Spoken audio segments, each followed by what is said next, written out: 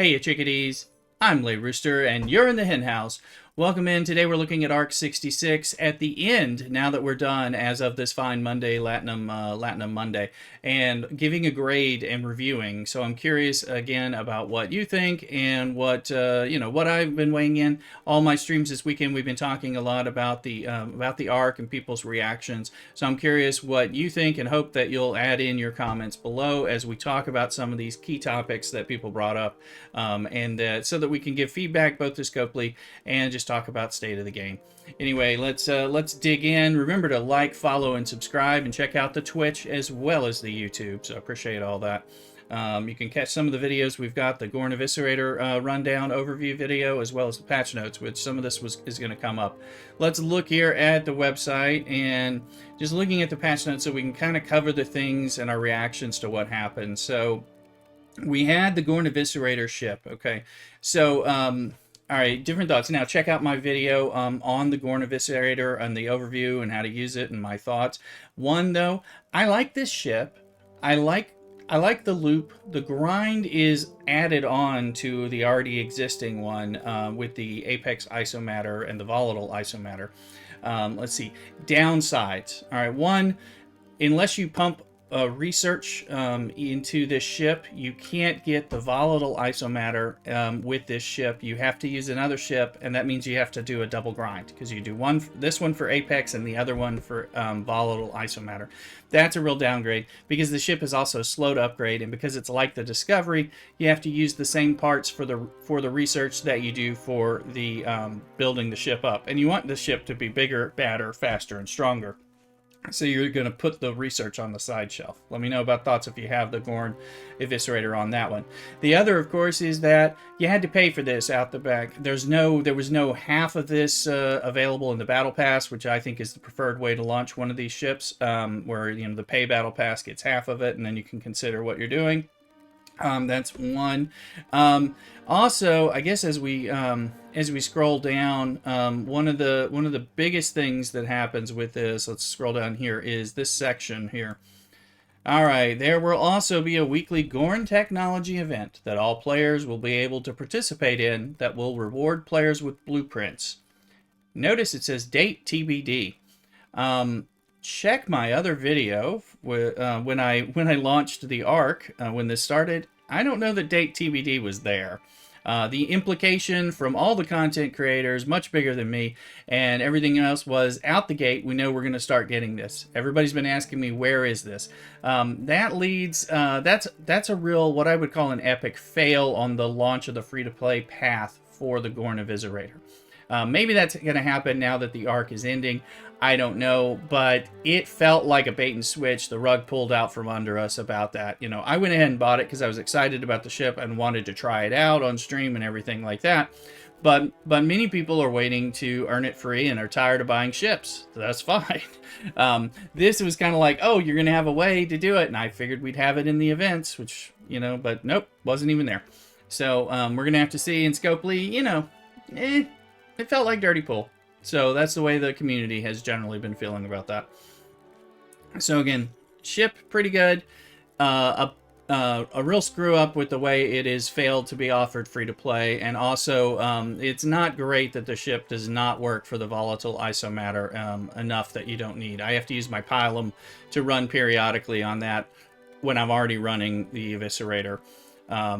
Works okay, but come on. Alright, so again, the loop is cool. Now, the refinery that comes with the loop is excellent, giving you those ship parts for the research and the ship, giving you those new officers for Strange New Worlds. I think those are wonderful. It's a slow drip, though. It is very slow. I've been max pulling every day since I started, since day one, getting the Gorn Eviscerator, and I pull like one chest, and I get like 1 or 2 shards of these different people, so it's gonna be a while, but it is a good refinery. So we had Isolytic Defense Artifact. That one was okay. We have the officers, which is good. The ship parts.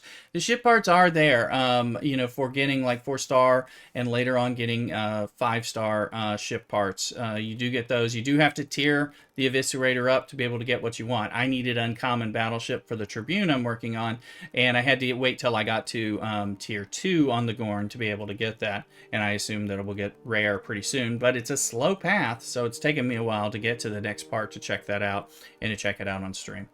So we had some Monomine stuff. That's, you know, really neither here nor there.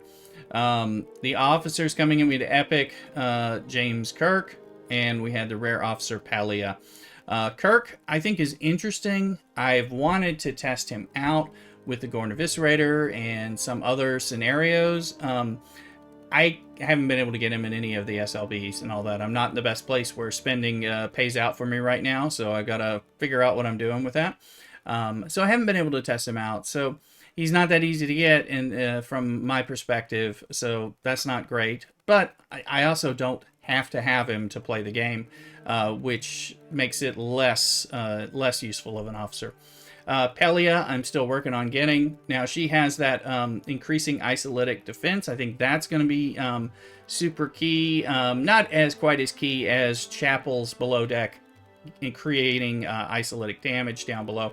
But I think it'll be important. And I think that'll play out well with all kinds of loops, anything doing isolytic damage, but definitely your Gorn stuff, amongst others, and then players as well.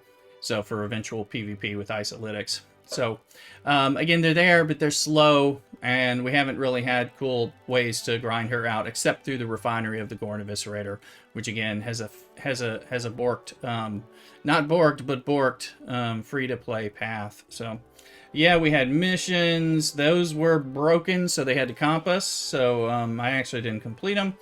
Let's see here. We had some primes. Those are ways for people to spend, and you know, if you felt like it, that's fine.